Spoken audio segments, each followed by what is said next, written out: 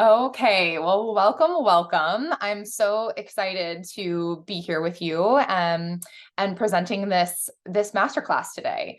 My name is Erica Wright. I'm a relationship coach and communication specialist. And today we're going to be talking all about how we attract our romantic partners and these patterns that we get into, and particularly looking at if the title of the masterclass today, which is, are you tired of attracting avoidant, emotionally unavailable partners who don't meet your needs and who maybe leave you hanging, or are poor communicators, or run away from conflict? And ultimately, the goal here is to learn how to create happy, healthy, beautiful romantic relationships, and looking within to see, like, okay, well, what can I change? If this has been my pattern, what can I do? So this is about empowerment. And I'm just over the moon excited to be able to share this with you today. And so let's begin. And also at the end, I want you to know that there will be space for questions, answers, anything else that comes up. Okay, so this workshop is about one thing: learning exactly what is keeping you stuck in love and preventing you from creating a deeply connected, wildly fulfilling, beautifully intimate romantic relationship. Who doesn't want that, right? This masterclass is designed for you if you are dating and tired of attracting avoidant, unavailable partners.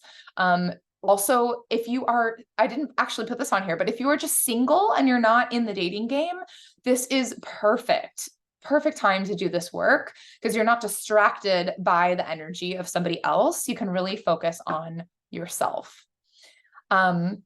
This masterclass is for you if you are in a relationship and you just want to understand, like, what has been kind of keeping me stuck in a conflict cycle. You want to stop fighting and start feeling seen, heard, and prioritized. Also, if you're in the space of relationship where you're kind of like, you're in a relationship, you might be dating, but you're unsure if the partner is right for you. You're unsure if it's, worth fixing or staying, and you just kind of want some answers and some clarity here. This is definitely going to give you answers and clarity to show you, like, is this partner right for you? Also, if you've just left a relationship or you're thinking about leaving one, and you want to make sure that you don't attract the same type of person that you've been attracting, right? We want to this is about breaking old relational patterns that no longer serve you. And really, this class is for anyone who wants to learn the science and energetics of relationships. If you are here and you're like, I want to be my most authentic, radiant, attractive, best version of myself, like, I want to learn, then you've landed in the right place. Okay. So yeah, if you're here, you probably want to learn how to communicate your feelings and needs and requests in a way that doesn't blow up in a defensive argument, or maybe your partner doesn't just shut down and give you the cold shoulder. You want to learn how to communicate, yourself without being super reactive, without blowing up at your partner, where you have a capacity to hold big emotions, without, like, exploding, right? You want to be able to talk about that stuff from a calm level space. And you want to be able to calmly listen without getting defensive when your partner is upset or hurt, or, offering feedback to you.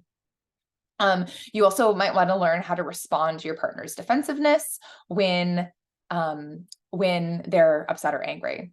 You and your partner, and if you are single and, not dating or dating, right? Ultimately, you want to be in a relationship where you both feel safe to openly express your feelings, needs, desires, and requests, and trust that you have the tools and emotional awareness and capacity to really solve any issue that you're up against. And also, I want to let you know that there is a giveaway. And so how this works is, just because my mission is to share this work with as many people as possible. So if at any time during this masterclass, I invite you to take a screenshot, or in some way, post to your social media, post to your stories, about this class, just letting people know that it's available to them for free. Any takeaways, you can just tag me. At the right Erica is my social handle on TikTok and Instagram, and just like share a little love, so the people in your life can know that this work and this space is available to them as well. And so, yeah, there will be a giveaway. If you want to participate, I will be sharing for free my How to Have a Difficult Conversation guide and scripts. So that will be coming your way if you feel like sharing the love. Okay, so this workshop is for you if you're the kind of person who is committed to being the best version of themselves, who wants to create more love, connection, harmony, and happiness in all of your relationships, including, of course, your relationship with yourself, and somebody who's motivated to do the inner work and to make lasting changes in your life and relationships. So my intention for this specific class is that any worry, anxiety, or fear will melt away. Whatever's been going on in your world, relationship related or not. And you will feel clear, calm, certain, and grounded, and totally crystal clear on exactly what's been keeping you stuck or holding you back from attracting soul-aligned partnership and creating the kind of love that you know that you deserve, that you want, that like your heart yearns for. That's what we're after today. Okay. Let's see. And so what this means no more losing yourself in relationships and trying to be something or someone you aren't as an attempt to get someone to be interested in you. This means no more people pleasing or exhausting and depleting yourself by putting your partner's needs before your own. This means being able to communicate your needs and feelings and boundaries while being your most loving, attractive, and radiant, confident self.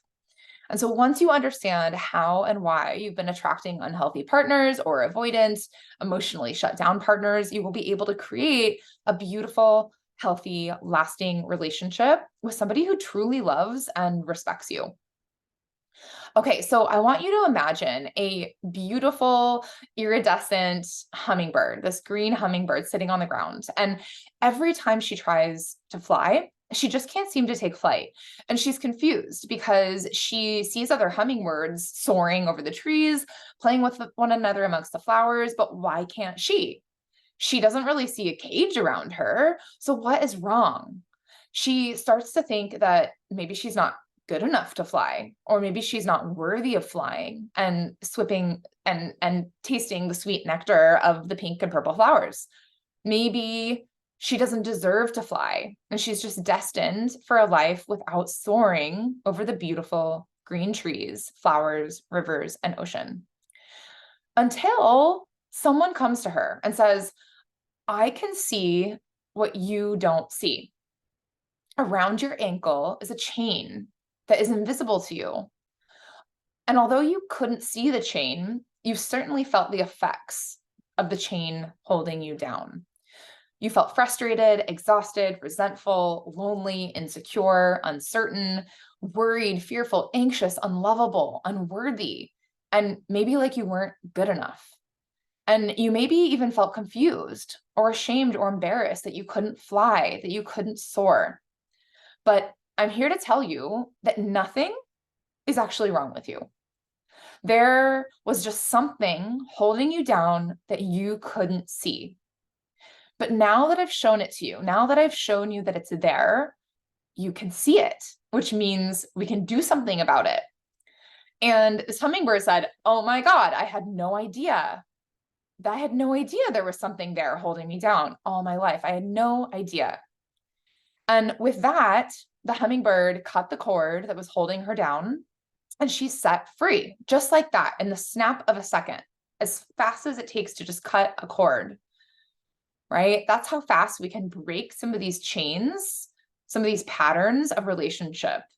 And so that is where we're going. That's what I want for you, is I want to show you what's been hidden, what's been in your blind spots, what's been holding you back in love? What's been preventing you and blocking you from feeling that deep, intimate connection? And what's been holding you back from flying in your life? So that's what we're going to do today. And another way to look at this is if we put this pie chart here, this circle, let's just say that this represents all possible knowledge in the universe. Here's the slice of the things that you know. These are the things that you know, like you probably know how to speak English if you're here on this masterclass, because that's the language of choice for today. You probably know how to tie your shoe. You probably know how to fill up a glass of water and drink it. You might even know some times tables. You might even know that when somebody is sad, that it's helpful to validate their emotions rather than trying to get them to shut up or shut them down, right? So there's a lot of things but in this if we're looking at the whole universe of all possible knowledge, it really only is this little slice of things right? And then we want to look at another slice of the pie, which is the things that you don't know. You know that you don't know. And so as you're sitting here listening, what are some things that you know that you don't know? And feel free to share in the chat, and I can share a few with you too as we're just kind of listening here. But there's plenty of stuff that you know that you don't know. I know that I don't know rocket science. I certainly do not know how to launch a rocket into space. I know that I don't know how to speak Japanese. That's certainly something. Linda says, I don't know what causes a hailstorm. She knows that sometimes hail falls through the sky and lands on the ground, but doesn't know what causes all of that, right? That's perfect. Yeah. And so here's kind of the interesting thing to look at is what can you actually do with the things that you know that you don't know?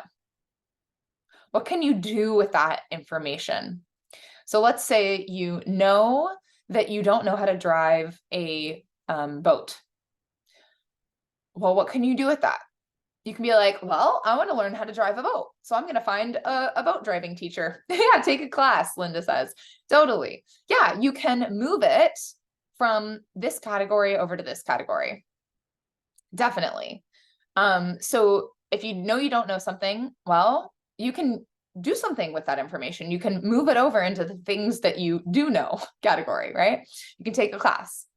Now let's look at the rest of this pie of all possible knowledge. And the rest of this pie represents things that you don't know that you don't know. Kind of weird, right? You're like, yeah, I guess in all possible knowledge in the whole freaking universe, there's probably some stuff that I don't even know that I don't know, right? And the big question here is, what can you do with the things that you don't know that you don't know? They're just like it's not even a mystery because you just don't even know that it exists to know about it. And the answer is nothing. There's nothing you can do with this whole rest of this pie of all the stuff that you don't know because you don't even know that you know it, that you don't know it, right? And so it's kind of wild to think about. And this is the stuff, this whole purple area, the things that you don't know that you don't know, this is the work that we want to do. This is what's going to explain. This is going to give you all the answers of why you keep attracting avoidant, unavailable, misaligned, people who are bad communicators, who leave you hanging. Like if you keep ending up in the same sort of relationship cycles, or even if you're in a relationship, you keep winding up in these kind of conflict cycles, this is what we want to pay attention to. So this is the work that I do with my clients, and we're going to dive into some of this today. And so my intention is that you walk away from this class today knowing at least one, probably a lot more, but at least one thing that's hanging out in this purple category. So we can illuminate it, shine light on it, and then you can work with it, right? So that's what we're up to. Okay. And so just a note, I just want to share personally. So one of the things that when I, like, way back when I started my own personal, journey, my own healing journey, my spiritual awakening journey, my personal growth journey, right? All of that. One of the things I didn't know, that I didn't know that I didn't know, right, was that, like, the high quality partners, the high caliber relationships, those types of people, they want all of your emotions. They want your boundaries. They want your needs. They want your fire. They want to see you in your most vulnerable expression. And I did not know this, which is why I kept attracting unavailable, avoidant partners for years. And if you don't understand what I'm going to share with you today, it will cause you to do the things where you'll basically kind of be like unknowingly sabotaging your relationship, unknowingly attracting these wrong partners in that just aren't right for you. It's not really what your heart wants. And you might even start to do things that you think you're supposed to do in relationships, in dating, which will push your partner away and leave you feeling frustrated, hurt, and resentful. Okay. So you might be doing things like, if again, like, if we don't, the things that we don't know, right? Like, you might be doing things like pretending like you're okay when actually your feelings are really hurt and you're feeling angry. You might be putting their needs before your own, being overly nice or accommodating and not having boundaries. You might be hiding parts of yourself that you don't like, or maybe you think are too weird or too much or too quirky, too emotional, too sensitive. You might be pushing those parts of yourself down, right? We think we're supposed to be just like, a certain way in relationship. And that's really part of what mucks it all up. Okay. So that is what we're doing. We're going from here and we're cutting the chains and setting you free so you can see what's been stopping you. My intention is that we break down and cut the cords of all the unconscious programming patterns and conditioning that have been blocking you from creating the type of love that you want. Okay. And on top of that, I want to save you time and energy, right? I want to save you time dating or being in a relationship with the wrong person. Time overthinking, over analyzing, being in your head, or losing sleep over things. I want to save you time arguing or bickering or fighting or defending your perspective in your relationships.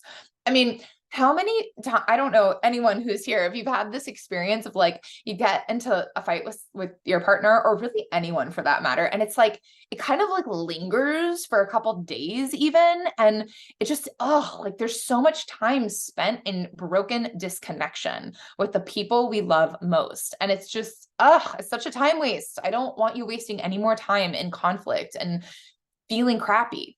Okay. So, I also want to save you time, because I know this is me, right? So, like, I'm remembering back to, like, I spent so much time worrying I wasn't good enough, I wasn't pretty enough, I wasn't thin enough, I was too emotional, too needy. I was afraid that, like, I wasn't what they wanted. And so I'd kind of like try to, like, morph into being this person that they wanted.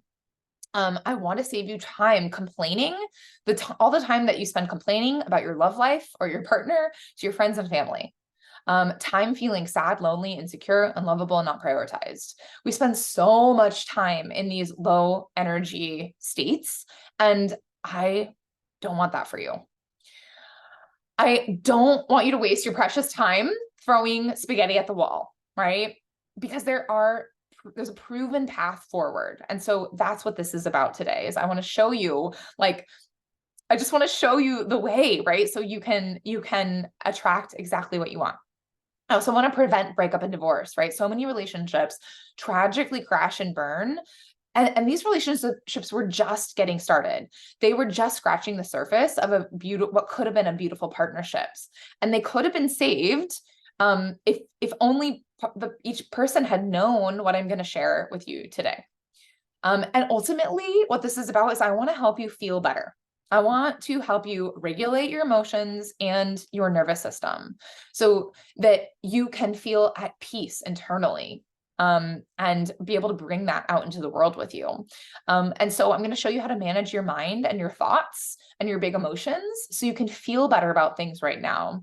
And I'm going to teach you how to process and release painful emotions, past hurts, and trauma that's been causing conflict in your love life and keeps you attracting misaligned partners that just aren't good for you. And ultimately, I wanted to show you what's possible. So what I realized is that so many people, including an old version of myself, would just end up in these kind of like breadcrumby relationships that just weren't serving you because I didn't even know what was possible. I had no idea the type of relationship that was available to me. I didn't know that I could have this like deeply loving, reciprocal, connected, peaceful, beautiful, passionate relationship. I didn't know that was available to me. I was just in this old pattern of being with these people that like wouldn't show up for me, who would leave me hanging, who, would just like be in this conflict loop. I just didn't know. All right. So I want you to know what's possible. And I also want you to know that one person can transform any relationship. This is something that I see hold people back all the time. People who are in relationship is they're waiting around for their partner to do something about it. And they don't know that they can actually turn inward and do their own work and heal from within. And that is going to shift the entire relationship. And just a note too. So what I'm going to warn you that what I'm going to share with you today is wildly different from conventional relationship advice. Like some people I see kind of get stuck in this stuff of like believing these TikToks or whatever. It's like 3 things to get them to text you back, or, the secret to getting your partner to change and do what you want. I don't want you guys falling into tactics. And so if you believe in that type of like superficial magic pill stuff, then this class isn't for you, because this is a very different way. And if you ever felt rejected or abandoned, or maybe like you could never be quite enough for one of your parents, maybe you felt misunderstood or like your feelings weren't welcome. Or maybe you grew up with a highly critical or controlling or perfectionist parent whose standards you could never live up to. Or like you had to walk on eggshells around an explosive or emotionally immature parent. Then you know how difficult relationships can feel, because they can cause you to feel a little insecure or anxious or even a little crazy at times, or make you feel like you're too much or not good enough when you get into a relationship. And you may even have, been feeling like you're not what your partner wants, like you're not good enough for them in relationship. You feel like you need to be different in some way in order to keep them around or keep them interested in you. And also, if you don't have a healthy mentor, you need one. And at the end of the class, I'm going to show you how to get one. Most of us didn't have examples of healthy relationships to learn from. Our parents didn't exactly show us how to attract and keep healthy love. They weren't the perfect role models. We didn't really get to see what this type of beautiful love looks like. Even our friends, like we just don't like have these beautiful examples of healthy love in our lives. And so if you never had an example, how are you supposed to know? How are you supposed to see how to be, how to date, how to attract, how to show up in a relationship, right? And so now I'm going to show you the things that you need to know to be able to create a happy, healthy, created, connected love. But first, I just want to quickly introduce myself. I briefly did at the beginning, but just in case, for those of you who don't know me, my name is Erica Wright, and I'm here to show you how to have a breathtakingly beautiful, head over heels, amazing, deeply intimate, romantic relationship. And most importantly, the relationship with yourself. It all starts here. And if you guys are at this class, you already know that. I know that you know that, because that's the type of people that I attract in, is the ones that are willing to look at themselves, to heal from within, to see like, how am I creating this pattern? What can I do to shift the dynamic, right? So I am a relationship coach and communication specialist. I'm an international business owner, guest speaker, subconscious mind master, clearer of painful emotions. And this is a funny term, but verbal defensive linebacker. I used to be so defensive because I needed to be that way in childhood to protect myself from my mother. And this was part of my deepest work, is being able to move from being so protective and closed off and walled off. And I thought I was being open and vulnerable in my relationships, but I was so walled up. I was so protective.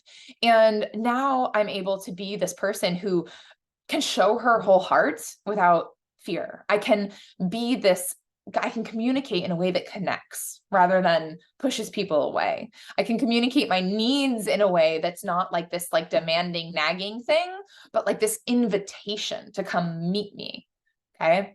So, and when it came to dating and relationships, I felt so lost and insecure and wondering why so many of my friends could have these amazing, beautiful relationships, but I kept finding myself dating people who just weren't a good match, who would come and go. They were inconsistent. They definitely like would run at any sign of conflict.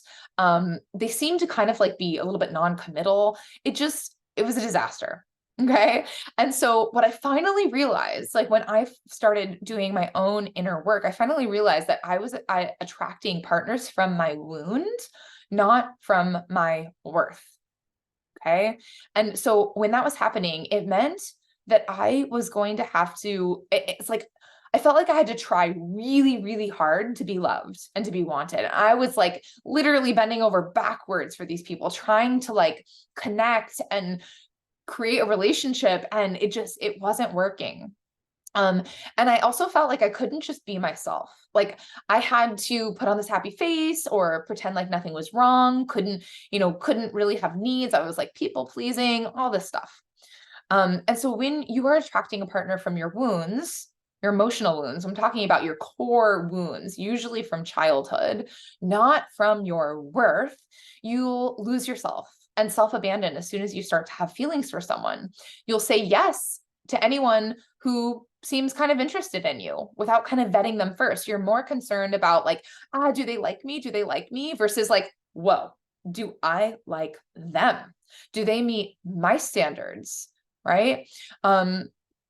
You might not honor your own boundaries and let people walk all over you. You might feel anxious, insecure, uncertain, and confused, like unsure. Do they like me? Do they not like me? You may be left feeling like you're not good enough and not fully chosen by them. And once you're in a relationship, if you've chosen your partner from your wounds, not your worth, you're going to end up in this like seemingly endless conflict cycle. And so this is going to change everything, learning this stuff today. And so little did I know though, when I finally said yes, when I raised my hand for help, when I finally found the world of personal development and spirituality, little did I know that I was beginning my own healing journey, and that I'd spend the next 8 years learning, growing, transforming, shedding, releasing, healing, and burning down all the old patterns, limiting beliefs, emotional wounds, trauma, and ego stories that were keeping me stuck. And thank God, because all my pain and relationships led me to where I am now. And then I went on to be able to work with hundreds of others who wanted the same thing that I wanted, like just to feel like safe and secure and chosen in a beautiful partnership. That's what I wanted. And that's what I've created finally. And so this is my amazing boyfriend, Langley. And I literally I met him walking down the street a morning with no makeup, in my pajamas. I hadn't even had a sip of coffee yet. And there he was. He like literally showed up on my doorstep. Turns out he was a friend of a friend that was coming to visit the friend that I was staying with at the time. But we just met on a street corner, like at 8 a.m., just in my pajamas. And so it's not about how you look. It's not about the external stuff. It's about your energy. It's about your internal self-worth. It's about your own belief systems, about who you are and what you want and what you stand for and what you won't settle for. And we're going to dive into the nitty-gritty of all that internal work in just a moment. Okay, so there are 3 primary pieces to decoding relationships and getting the love that you want. And here they are. So your subconscious belief system, or I call it your BS. What's your BS saying to you today, right? So your subconscious belief system, your attachment style, and your nervous system.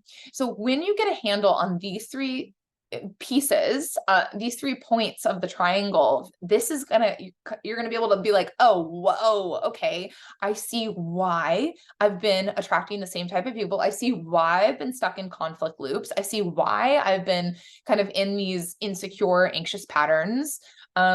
Okay, this explains it all. And so I'm going to share that with you today. Okay, so the combination of these 3 things, your subconscious mind, your subconscious belief systems, which really is like your core identity, your attachment style, and your nervous system. These 3 things are going to determine the types of partners you're attracted to, the types of partners who are attracted to you, how you communicate and work through conflict, what you expect in relationships. It's going to determine what you accept and tolerate in relationships, and how you show up in your relationship. It's also going to determine your emotional triggers and emotional reactions. Those 3 things are going to determine your thoughts, your feelings, actions, and the results that you create in your life, in your relationships, in your career, in your health, and your bank account. So kind of important to know about these 3 things, right? And so let's start with your subconscious belief system. So this is probably, and these 3 things also, they're very much so connected to each other. Your subconscious belief system is going to impact your nervous system. Your attachment style is also going to impact your nervous system. Your belief system is going to impact your attachment style. So they all kind of come together in this triangle, but they really are 3 separate things that I really want you to know about. Okay, so your mind, your subconscious mind is kind of like an iceberg. So we have just the very tip of the iceberg is what's called your conscious mind, that's responsible for logical thinking and willpower. Then the rest of the iceberg, this makes up the majority of your mind. And this is where so many of your actions, your patterns come from, is this is your subconscious mind, right? So this is where your relationship patterns are stored, your beliefs, your emotions, your reactions, the meaning that we make of certain circumstances, your habits. This is where data from past events gets stored. So memories get stored here. And the thing to know is that really, let's go back, that your subconscious mind is just on autopilot. It's just a program that was installed between the ages of 0 to 7, typically is when our subconscious mind is wide open as children. And we get programmed with certain belief systems about what love is, how to get love, who we needed to be accepted in our family system, who we needed to be loved by our mother or by our father.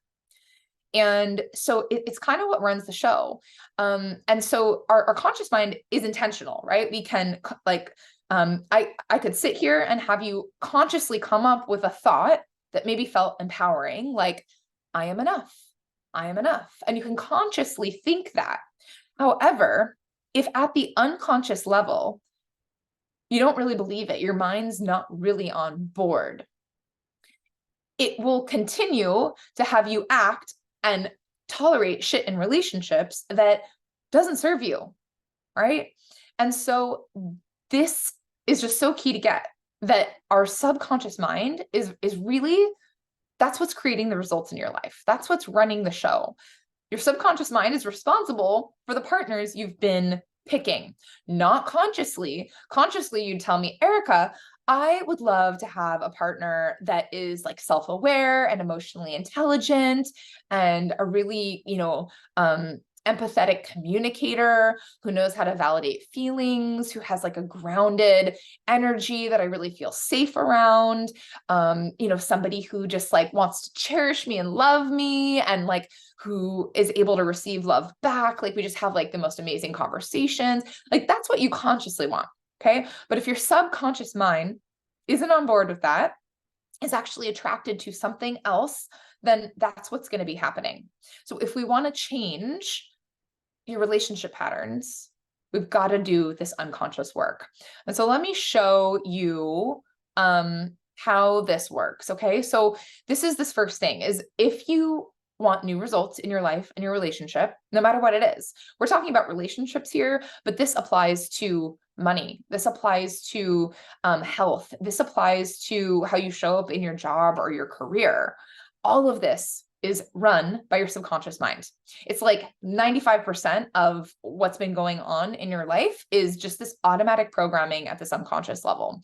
So let me show you how this works. So we want a new result. That's what you're all here for. I've been attracting this type of person. I want to attract a new type of person, a different type of person, right? We want a new result. And so what actually creates results in our life? Well, it's pretty simple. This is something you guys are going to get really fast. An action creates a result, right? So if I'm holding a glass of water and that water drops on the floor, right? Like, let's say then the water is I've spilled the glass on the floor. Well, I had to take an action of letting go of the glass to get the result of the water spilling on the floor, right? So every action creates a result. And what creates an action? Well, a feeling, like an emotion, right? Energy in motion creates action. If I'm feeling, well, I'll just ask you. So let's say, like, if you're feeling, let's say a little bit anxious or overwhelmed, what do you normally do? What's your like go-to action?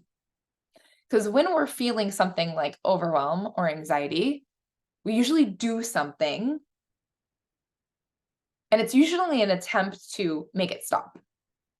And there's different avenues here of what you can do when you're feeling an emotion, right? Like, let's say if you're feeling anxiety, you might distract, you might numb, you might drink some alcohol, eat some food. And Maricela here says count breathing. So breathing. So that's a beautiful, incredibly healthy way to action to take. If you notice, oh, I'm feeling a little bit anxious, I'm going to use some breathing, right? Because the holding ice. Yes. Yeah. See, I freaking love you guys. Like, you guys are already on the game. You know exactly what I'm talking about. And you already have really healthy coping strategies, healthy coping mechanisms for soothing your emotional state. So that is so powerful, right? I'll share, let's see, sometimes in relationship, if somebody's feeling anxious, they might like text their partner 10 times or call their partner 100 times, or they might seek reassurance, right? Like, these are ways that don't really get us the results that we want in relationship, but it's just noticing like, oh, well, okay, cool. Every emotion, every feeling, there's an action that comes. Right? And so from there, well, what creates feelings? Thoughts. And this is the power of our thoughts. Like, every thought creates a emotional vibration of frequency in the body.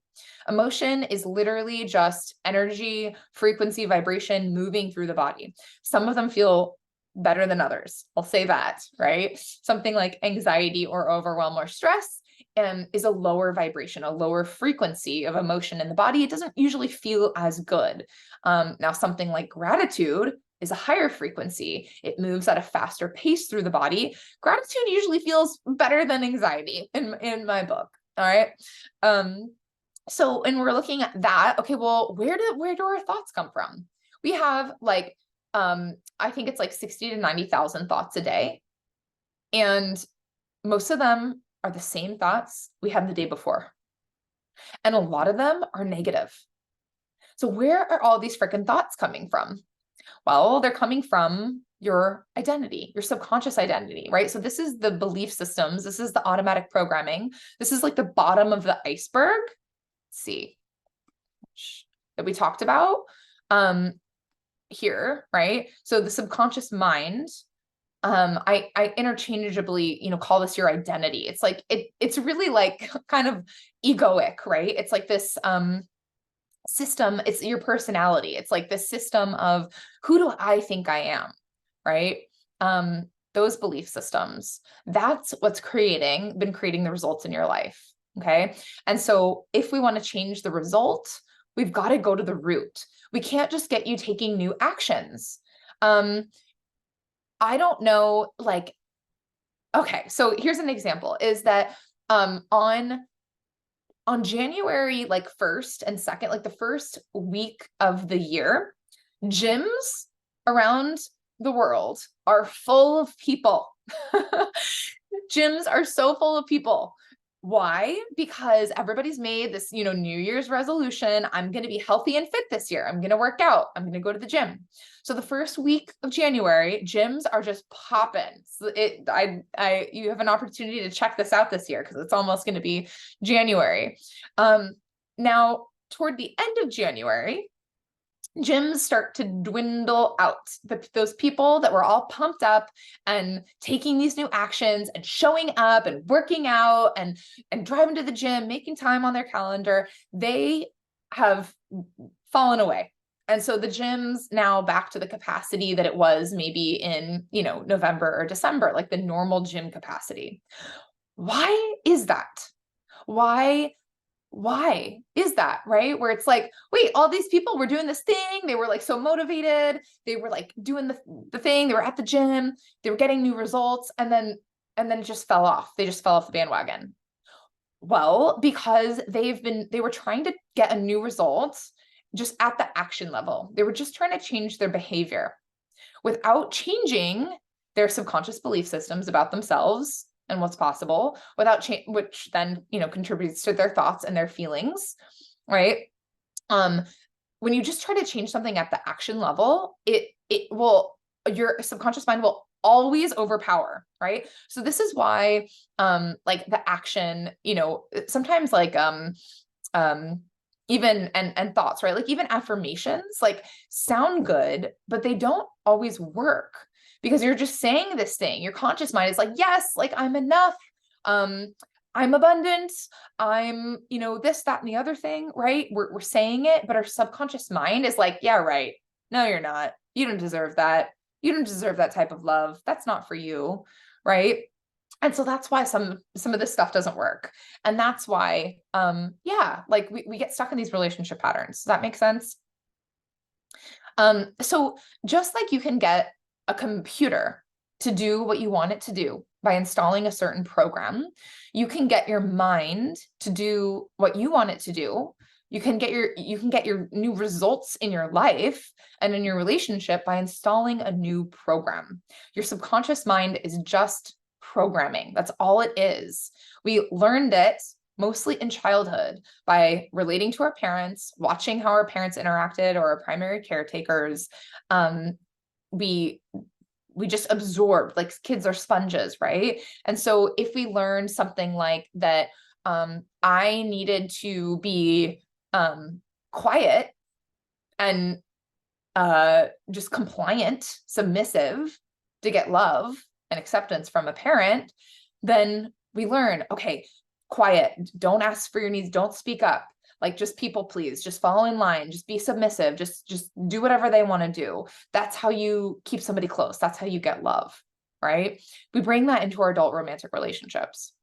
So I want to share with you, this is key here, is these unconscious laws of attraction in romantic partnership.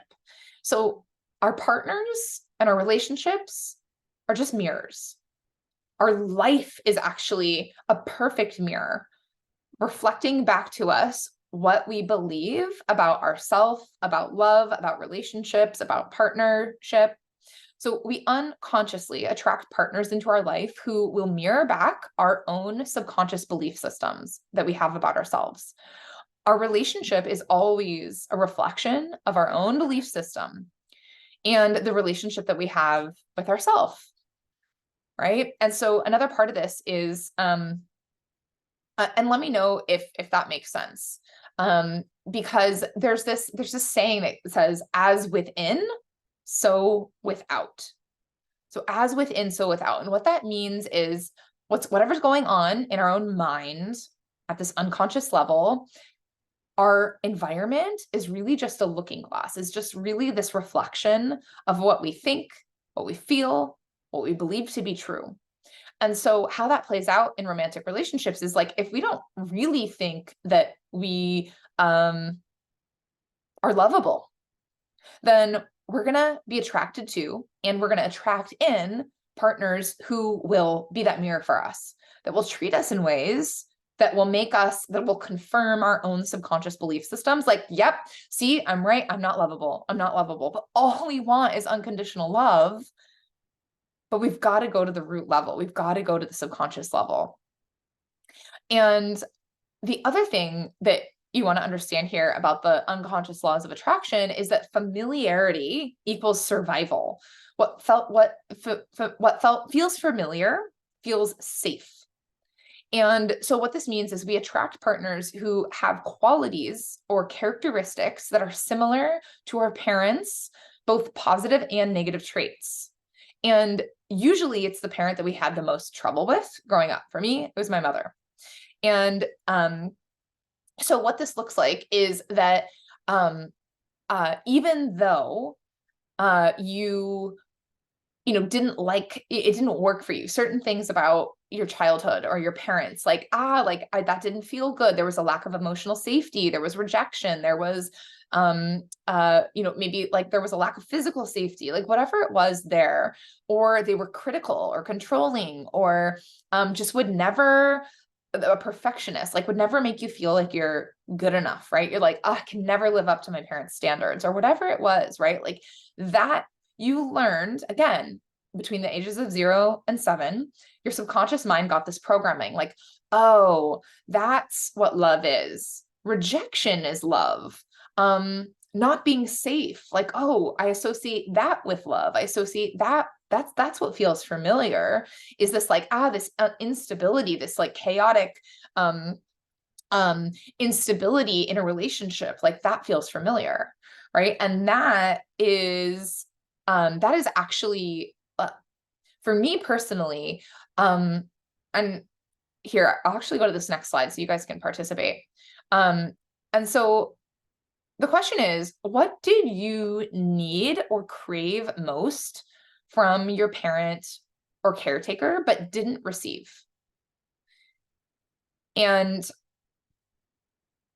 for a lot of us, it's emotional safety or physical safety, acceptance, understanding, unconditional love, protection, right? So there's usually something there. So for me personally, it was emotional safety. Like I just wanted, and like another flavor of this is like, I wanted to be like seen and understood. I wanted to just be loved unconditionally. And yeah, I'm seeing in the chat protection. Like I wanted protection from my parents or caretakers, or protection from one of them from the other, right? Like equality. Yeah, that's another beautiful one. Like I remember wanting my dad so badly to like stand up for me, to tell my mom to stop, and feeling just like so alone and helpless and trapped, like that I was just like stuck and I couldn't get her to see that my needs mattered, right? And so getting in tune with this, and this, I mean, this is just kind of like, again, like scratching the surface of this work, because I have so much to share with you guys today. But when we can kind of go here and see like, wow, like what did I really want that didn't get? What there is to know about this is that, and again, like how does this apply to our adult lives and romantic loves, is like the one thing that we wanted so badly, that's what we've gone our entire lives seeking, especially in romantic partnership, like looking and searching and craving for me, it was like emotional safety, like wanting that stability, that groundedness. And at the same time, we go our whole lives deflecting this. And this is the piece to like really get and let sink in, is although we craved it, we wanted it at a conscious level, at an unconscious level in the subconscious mind, what was familiar for me was just emotional, a freaking emotional roller coaster. Like one moment things are okay in the home. The next moment my mom is screaming and yelling and explosive and I don't even know what's going on. Felt so unsafe. And so unconsciously, right? Because familiarity is what our unconscious mind goes for.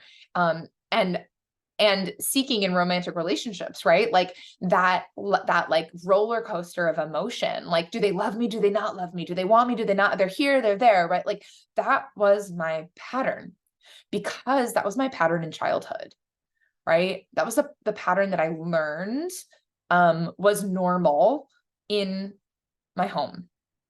And I would even create this like erratic kind of like really like the opposite of emotional safety for myself. Partially one way that I was unconsciously doing this for years was drinking too much, was binge drinking. Like my life would be going great, things would be awesome, things would be so peaceful, like my things in my relationship would be good, and then I'd like just go wild and binge drink and like get myself into trouble and stir up all this chaos in my relationship. And I had no idea that that was just my unconscious mind at work, causing like the one thing that I wanted was emotional stability, remember? But because of this programming, because I hadn't done the reparenting and inner child work, I hadn't done any healing work, I hadn't healed any traumas, I hadn't cleared any stuck emotions in my body. I was just living out my karma, really. I was just on autopilot, right? Run by my unconscious mind, wondering like, why do I keep doing this? Like, I don't want to be doing this. I don't even like drinking. Like, what the heck? What is going on here? And drinking is just one way, right? There's plenty of people where it's like picking a fight with their partner or a friend. It's eating, it's shopping too much, it's whatever it is. We all have these actions we take, these coping mechanisms to recreate the drama of our childhood. That's what we've do before pre-healing. What we're doing unconsciously is we're recreating the drama and trauma of our childhood and our adult romantic relationships. Why? Well, ultimately so that we can heal, right? Because I didn't get emotional safety and security from in my childhood, right? So unconsciously, as I'm going seeking, romantic love, I'm finding partners where like that's gonna be like that emotional safety is not going to be there. And I'm going to have to like, maybe like once and for all, I can finally get what I've been looking for, right? It's all in the name of healing, if that makes sense. So it's not a bad strategy if you know what's going on and you know how to move through it. Okay. So there's so much more in this, but again, like I want to just share the other two pieces of the puzzle with you and leave time for questions at the end. Okay.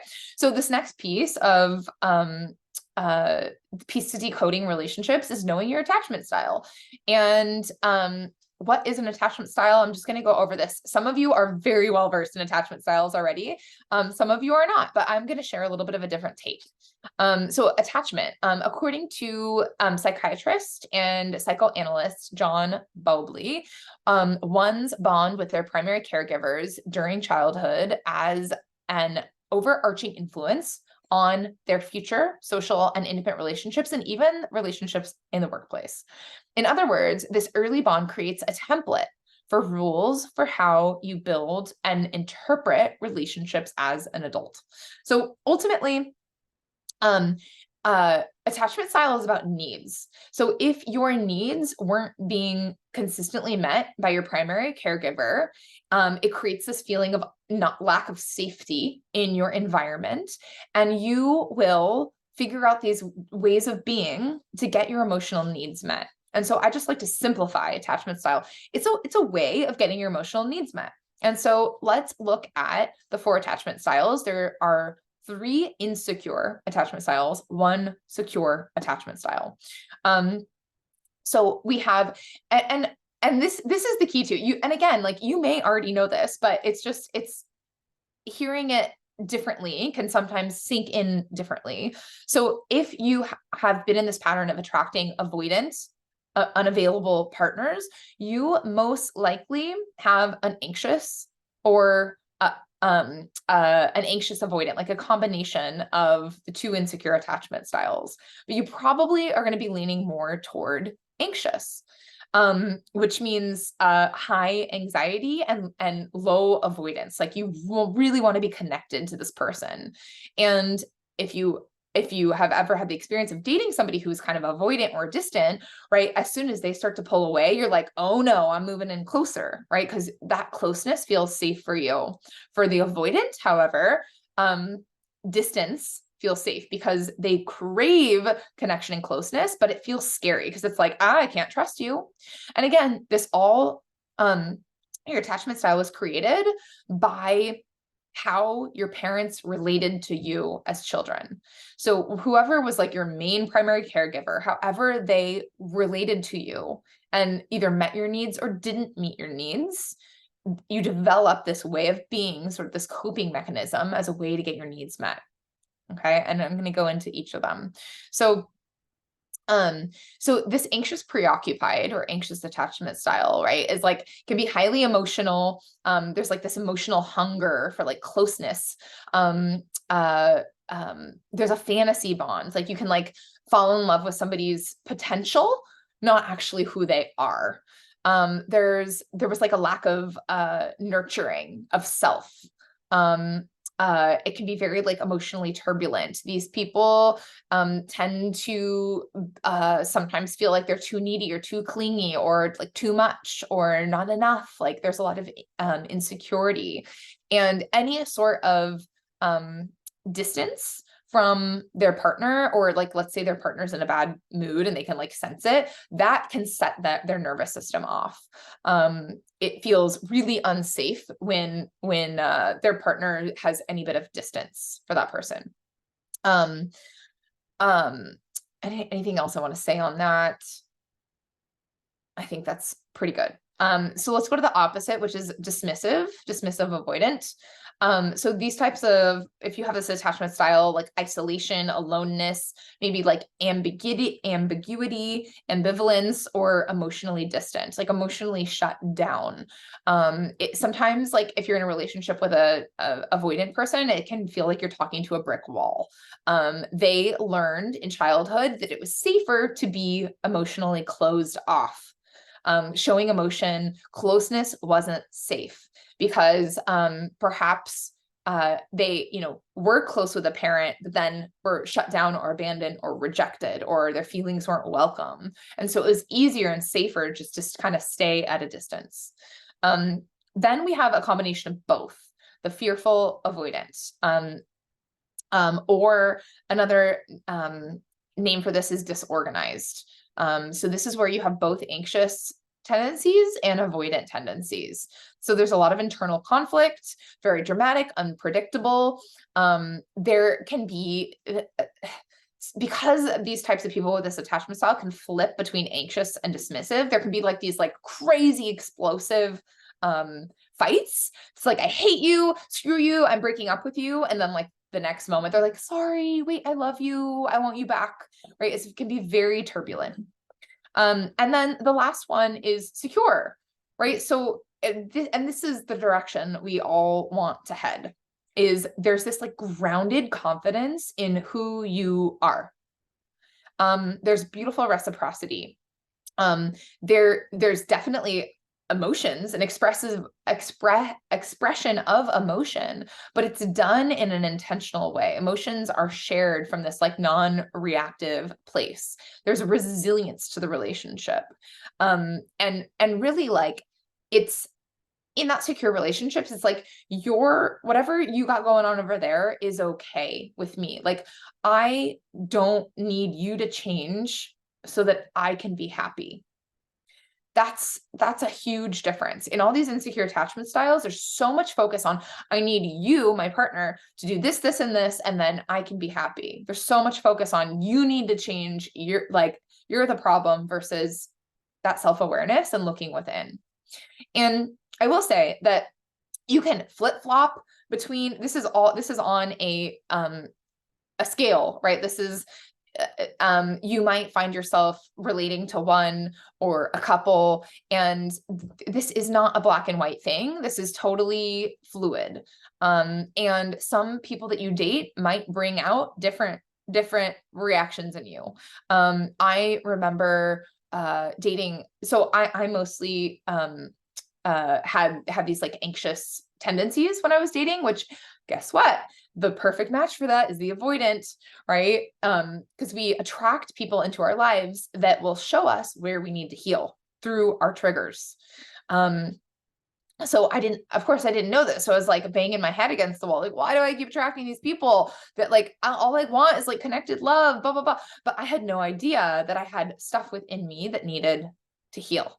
Right. And so every trigger, like every time they ghosted me or left me or didn't accept me or were inconsistent with me, like I didn't know to use those emotional triggers as trailheads to go within to be like, ooh, what does my inner child need today? Ooh, what memory, like what meaning did I make of that? Like what childhood moment or memory or drama or trauma like is ready to be healed or cleared or released? Also in these insecure attachment styles, there's a lot of codependency going on. And ultimately, yeah, codependency is like, like if my partner's in a bad mood over there, I'm start to freak out because there's no emotional boundary, and I try to get them to feel better so that I can feel better. So then ultimately I'm kind of like controlling them. And so, yeah, what that might look like is, let's say you can tell something's off with your partner, your nervous system gets activated and you're like, oh my God, right? And I need to fix you. I need to make you feel better. And I need to make you feel better right now, ultimately, so that I can feel better. That's what we're looking at, right? So we want that emotional mastery, that emotional maturity, where you can love your partner however they are and whatever their experience is. Where something can be going on with them, but it doesn't just bring you down.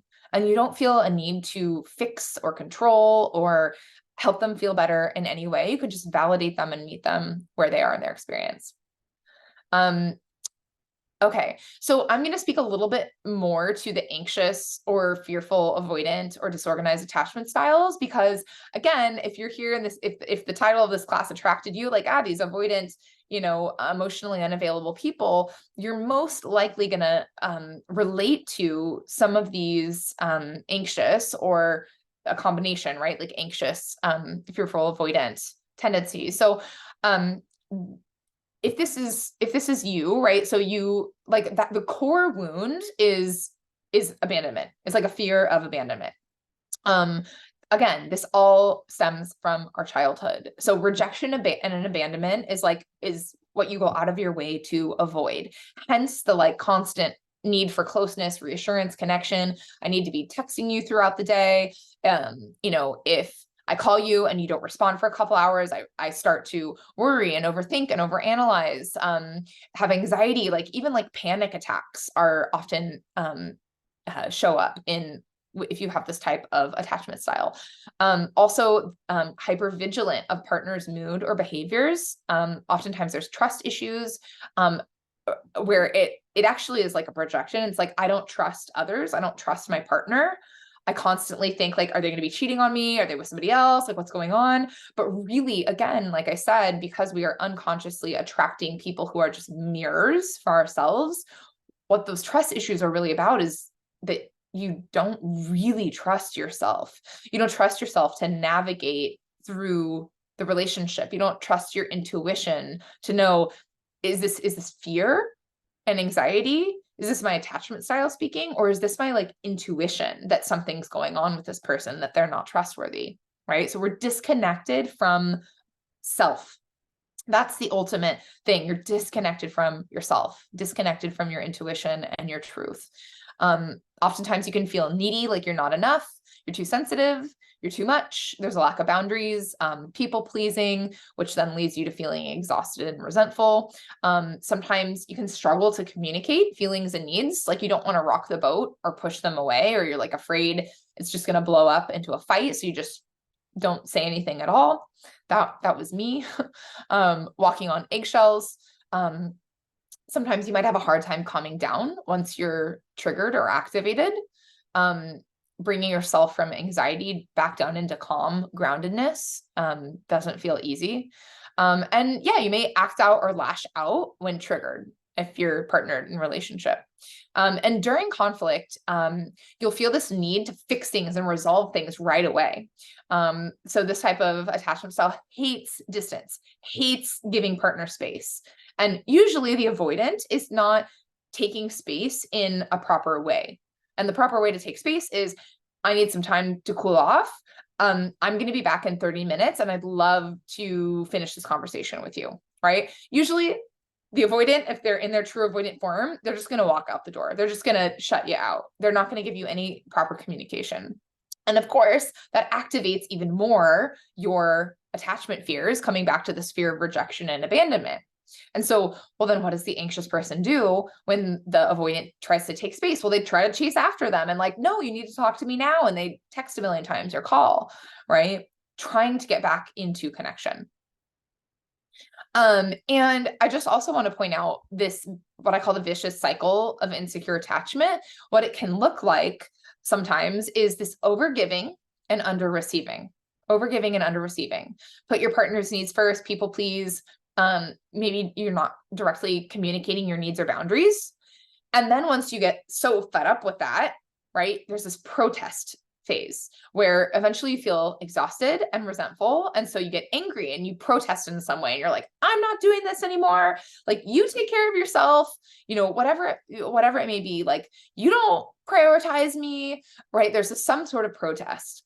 But then the next step is this guilt comes up. And this, again, the fear of rejection and abandonment, like, oh my God, like I could be pushing them away right now. So then these people feel guilty for being too much or having needs, or your partner starts to pull away, which then triggers the fawn response, and you move in closer and you're like, like that, oh shoot, like I protested because I was, not feeling prioritized or whatever it may be, feeling resentful, but wait, don't actually leave me. And so you lean back in, and then you go back into the overgiving and under receiving.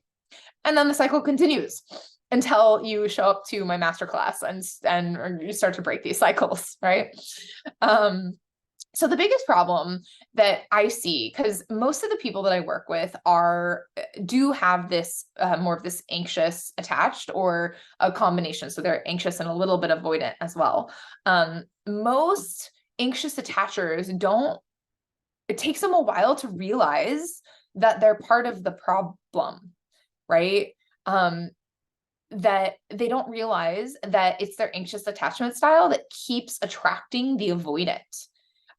They're energetically drawn toward one another. This avoidant and anxious pattern is like so common, right? They don't realize that their drive for closeness can actually be pushing their partner away.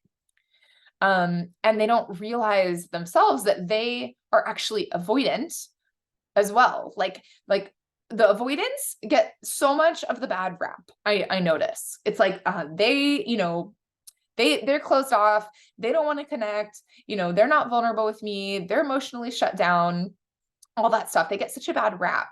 Because it looks like on the surface level that the anxious one is like, I'm here, I'm trying to connect, like, meet me, right? But they don't realize how intense it is to be around that desperate energy, because how they're showing up in relationship is coming from a core wound. It's coming from a childhood wound. It's not coming from this grounded, I got me, I'm good without you. I'm solid, I'm whole and complete without you energy. It's not coming from this confident, secure place. It's coming from this, please don't leave me, please don't leave me, please don't leave me. Oh my God, well, energy, which is the ultimate scary thing for the avoidant, right? And the other piece too is, and this was, again, for me, like, it just takes one to know one. I didn't realize that I was avoiding with like myself, like avoiding parts of me. I thought I was like showing up and being vulnerable. I was not. I was scared shitless of actual, real, true intimacy, of fully being seen by someone. Because I thought, if they fully see me, they certainly will reject me because I am not perfect. Right. So, and this is another part. So part of why anxious attachers are attracted to people who are emotionally shut down or non-expressive is because they've been holding back their own emotions. So they too are emotionally unavailable in some way, and it's for themselves, right? Like if you don't practice validating and accepting your own emotions, then you're like avoiding your own self, right? Like it makes sense why you'd then attract somebody who avoids your emotions, who's like, you're too much, too sensitive, I can't handle you, I've got to get out of here, right? So like I said, our partner, the people we attract into our life are always a mirror for how we think and feel about ourselves, how we treat ourselves, the relationship that we have with ourselves. And I always say that you can only go as deep with someone else as you've gone with yourself. And so here I was, age 19, 20, 21, like trying desperately to like have these like deep, intimate relationships. And like into my 20s, like this is what I was seeking. Like I want this like deep connection. I want to be chosen. I want to be in this like beautiful relationship. And I hadn't gone deep with myself. I hadn't done any personal development work, or I didn't even know it existed. I didn't even know it existed, right? Like therapy was even like still pretty taboo, I think. Like it wasn't a thing. At least, how I grew up. And finally, thank God, I found the world of personal development and therapy and healing. But I didn't know myself, which of course makes sense why if I didn't even know myself and like really what my values were and what my childhood wounds were, like, of course I was just kind of on this like unconscious track of attracting the same people and over again. I hadn't gone deep with myself yet. And so anxious attachment is you can sum it up as the unconscious addiction to being abandoned and rejected. And sometimes when I say that, I can get this look like, what are you talking about? All I want is connection and closeness, Erica. What the heck? But that's the conscious mind speaking. The unconscious mind, remember, is going to seek familiarity. And if what you learned love was as a child was a parent not validating you, not protecting you, rejecting you emotionally, physically, like abandoning you emotionally, or actually physically abandoning you, if that's what you learned was that type of connection love was, then unconsciously that's what you will be attracting in. That's what you will be continuing, this pattern from childhood in your adult romantic relationships. Okay, so what is the solution, right? So we want to go from insecure attachment, move towards secure attachment. So no matter if you are anxious attached, avoidant, or a combination of the two of them, we all want to move into this like grounded, secure love. That's what we're all here for. And really it's simple, but not easy to execute on. So first it's learning, okay, what are my needs? Because so many of us, like, we think we know what we need, but when it actually comes down to it, we're not actually crystal clear on what we need, or we think needs are one thing, but they're actually another. And there are these core needs that every human being has, which are safety, number one, right? Feeling safe, feeling loved and connected. Variety, right? Like, is another one. Consistency is another one. Connection. So these core needs, it's not like I need someone who, can handle my emotions, right? Like that's not a need. That's a desire, right? I want somebody who can be with my emotions, but the need might be emotional safety, might just be safety, right? So we want to get clear on that. And then we want to learn, okay, how can I meet my own needs? What does that look like? Because so much of the time when I see relationships struggling or failing is we're relying on our partner or the relationship to meet needs that we're not even able to meet ourselves. We don't even know how to meet those needs for ourselves. We don't even know we have those needs. And so we rely so heavily, there's so much pressure on the relationship and on the partner to perform a certain way, when really you can take ownership and responsibility for those needs in your own self.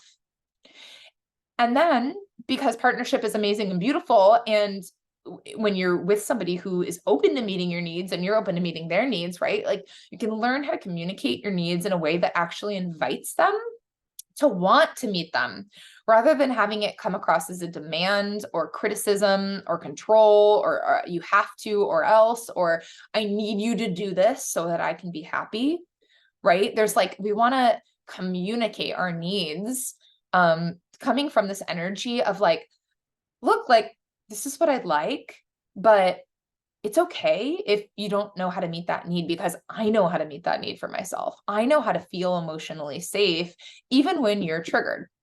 I know I have boundaries, right? And then this last part here, number 4, is so key. So learn the difference between your wise adult self's needs and your inner child needs. So especially for people who fall more into the anxious attachment category, like for instance, here's an example that comes up all the time.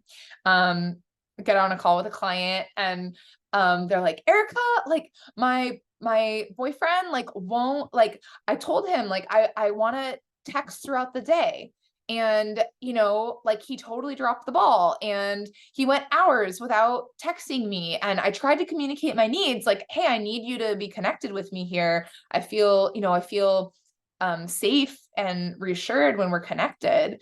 So like, what the heck? Like he keeps falling short.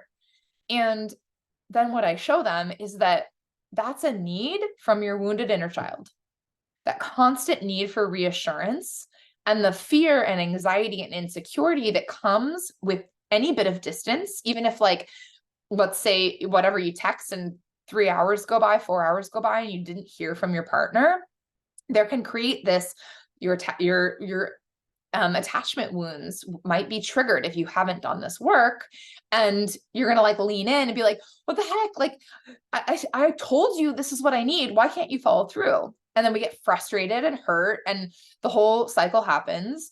And what there is to see, again, like this is one of those things that you don't know that you don't know, is that your inner child, your wounded inner child has needs, and your wise adult self has needs, right? So the needs of the wise adult, like of the truth of who you are, safety, love, connection, right? These types of things. Inner child needs are going to feel much more like anxious and needy and desperate, and like, I need the reassurance. I need you to validate me. I need this. I need that. Right. And that's ultimately what pushes our partners away, that has our partners become frustrated with us. It's like, I can't handle all those needs of your inner child. It's your job to meet those needs for yourself. Right. And so last but not least, in the 3 primary pieces to decoding relationships is the nervous system, right? So this is your just your body's physiological response. This is like the emotional response. And just, so you're aware, again, like if you're here, you probably already know this, so it'll be a review, but there are these like responses that happen in our nervous system. These 4 trauma responses. Anytime our subconscious mind perceives a threat, this it'll set one of these four off, and see which one you think you might lean toward. And maybe if you're like me, or a combination of both of them, or of a couple of them, right? So you probably have heard of fight or flight, but then there's also freeze and fawn response. So let's say you're again, like the way that your subconscious mind's number one goal is survival, is to keep you alive, to keep you safe. And so anytime it perceives a threat, real or imagined, it will cause one of these responses in the body, in the nervous system. Anytime there is perceived distance between you and your partner, like you're not on the same page, your mind perceives that like disconnection as a threat to your survival. Because think back to caveman days. It paid to be partnered, especially if you're female. It paid to be partnered. The chances of survival back in those days were much higher if you were in a group or partnered. So any sense of like, we're not on the same page, like even if you sense, oh my God, we're not on the same page emotionally with your partner, your mind reads that as a threat, right? And it'll become reactive. And so we have fight. Maybe you're familiar with that one. Anger outbursts, controlling, bullying, narcissistic, explosive behavior. Flight, if your nervous system is in the flight response, it can be like avoidance, like a workaholic, an overthinker, anxiety, panic, OCD, difficulty sitting still, or perfectionism. When your nervous system is in a freeze response, there's difficulty making decisions, stuck, disassociation, isolating, numbness. If your body goes into a fawn response when it perceives danger or threat, this is people pleasing, lack of identity, no boundaries, overwhelmed, codependent.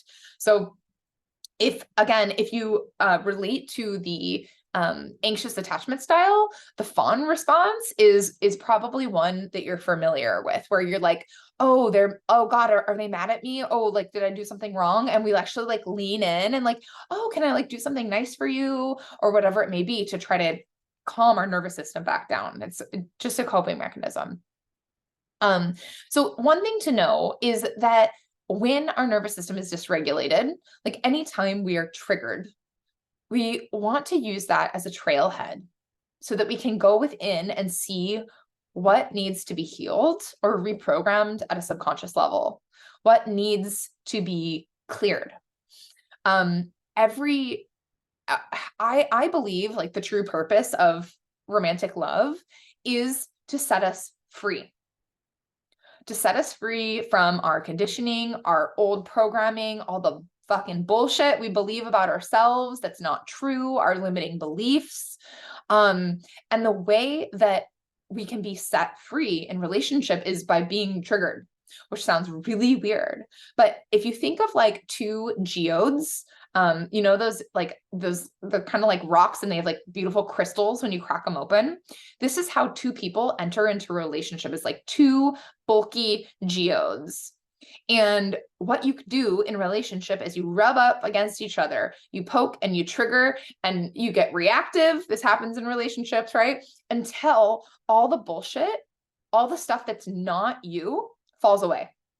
All the old belief systems, all the old emotional reactions, all the old meanings you made, it all starts to crumble away until you're left with the inside of the geode, which is these beautiful crystals.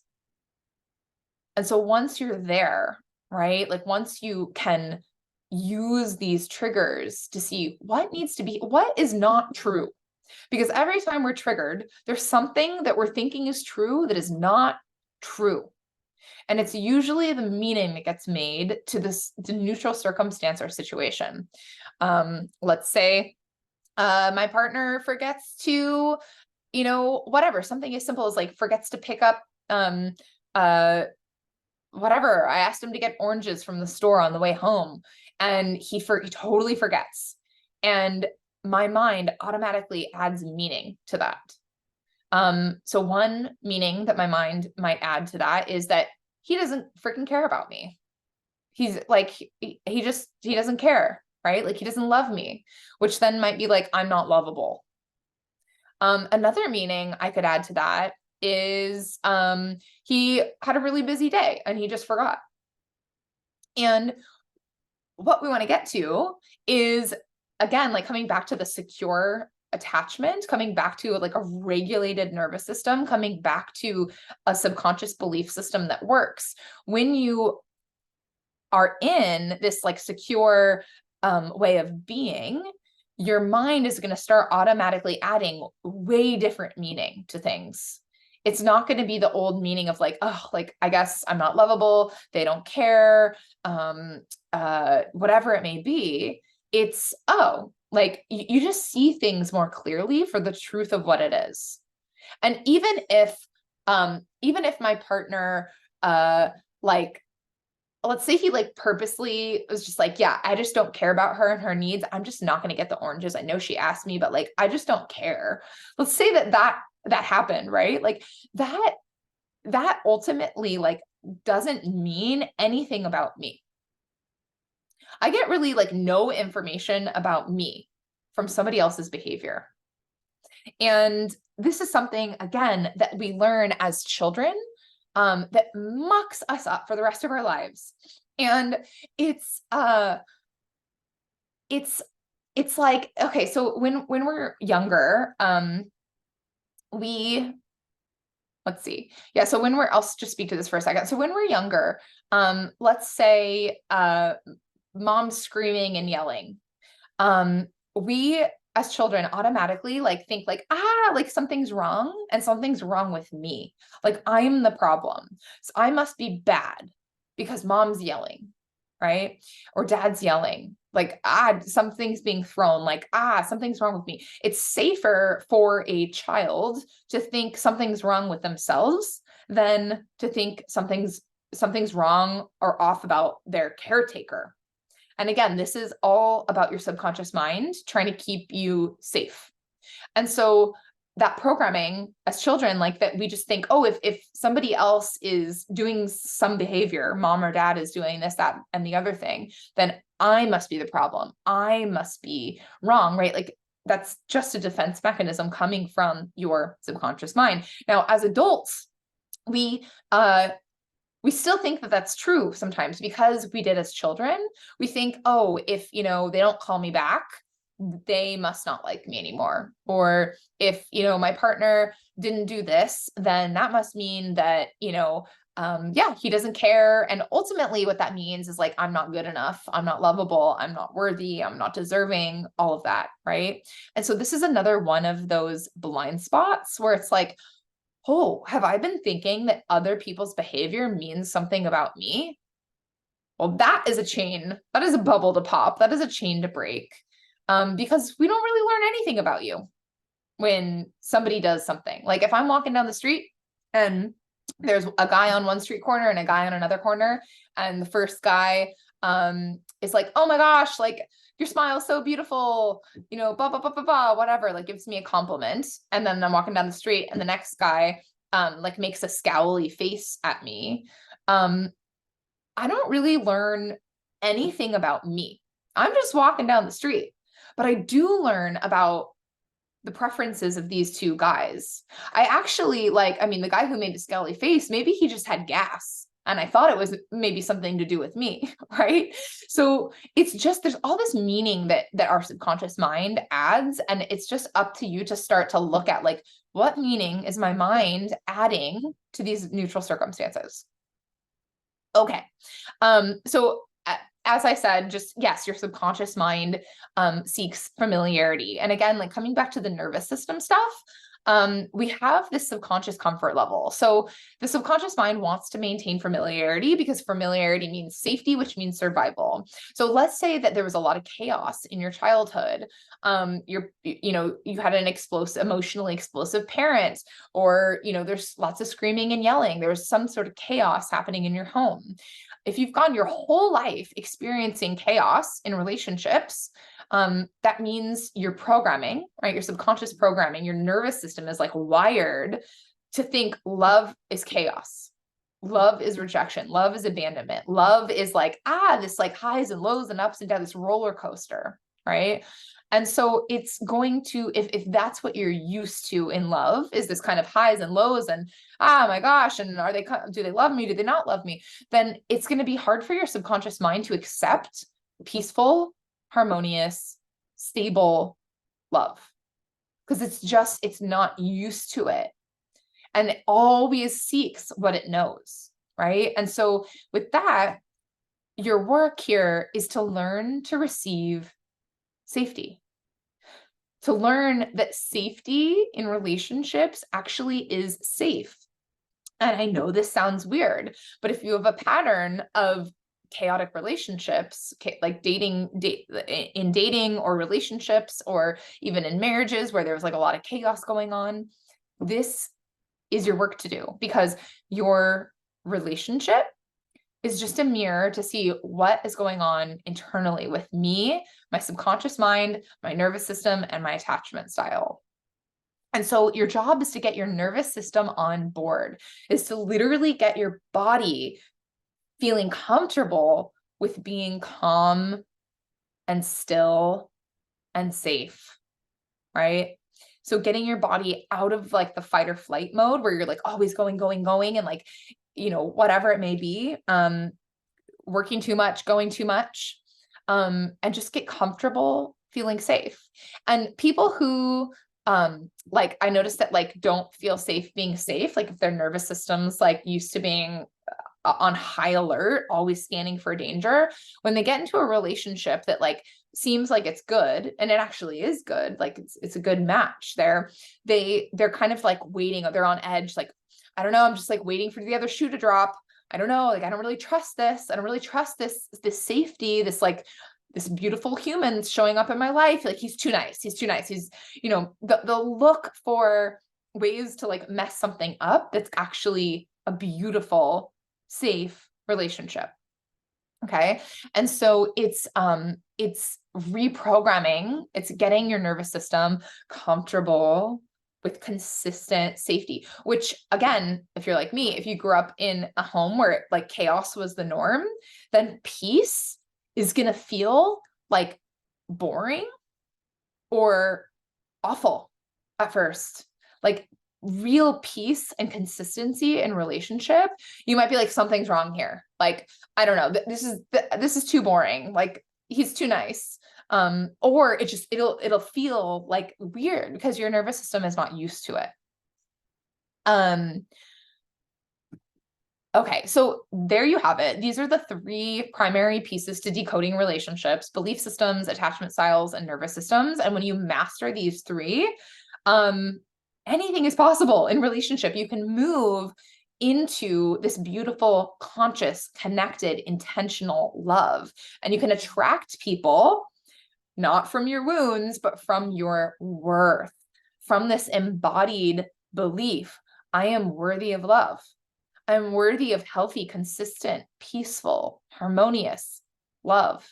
I'm worthy of somebody who takes ownership and is self-aware, right? Because when you're being that yourself, when you're being that self-aware, that intentional person, when you're taking ownership of your own wounds, of your own needs from your inner child, right? When you're meeting your own needs, then guess what? You energetically like attracts like, right? So when you're up leveling, like literally up leveling your frequency, your vibration, your energy, your worth, that's what you start to attract in. And so that was my experience, is I went years and years and years and years dating people that were avoidant, that were emotionally closed off, that the highs and lows of this roller coaster, right? Like I thought that that's what love was, this like wild, like, oh my God, we're so connected. And then we like fight so hard and then we come back, like it was exhausting. And so that's what I kept going for, though, because that's what I was used to. That's what I believed, that's at the unconscious level, that's what love was. And so finally, when I did my inner work, when I did my inner healing, when I cleared these stuck emotions from the body that just like kept my nervous system freaking tweaking out, that's when I was able to attract finally this like beautiful, secure, healthy love, because I was ready for it. And it literally came out of nowhere, like literally crazy. I was going on a 2-month trip to Sedona, Arizona with one of my best friends, thinking like, oh, like it's just, this is going to be like, you know, connecting with myself and nature. And like, it's just, oh my gosh, like this girls trip. And literally the first morning that I was there, that's when I met my now partner. And he showed up on my doorstep, just like I said, literally pulled up in my driveway. And I'm like in this scroungy outfit and whatever it may be. And it just, we were an energetic match for each other. And that's the power of doing this inner work. So what works, like I thought about, I've just been thinking about like, what else can I share with you that works? And it really is like, it's a, being able to have that like reinforcement, that, reminder, that mentorship, that guidance of like, here's how to do it. Here's literally how to do the work. Let me hold your hand and show you how to clear this shit, show you how to reprogram your subconscious belief systems about love, about partnership, about romance. Get your expectations in alignment with what is true for healthy love. Let me show you, let me actually clear for you any traumatic memories or belief systems that are lingering there in the blind spots in the depths of your subconscious mind that are having you seek this familiarity, right, in your adult romantic relationships. And yeah, it's about that nervous system work as well, like learning how to feel safe in your body, so that you no longer are searching and seeking and needing and putting pressure on a relationship or a partner to meet that need for you.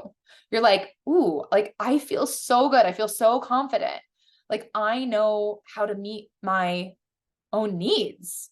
Like I don't need you to do XYZ for me, but I want you, because I see that romantic love can draw me even deeper into myself, can bring so much to my life that I can't do completely on my own, right?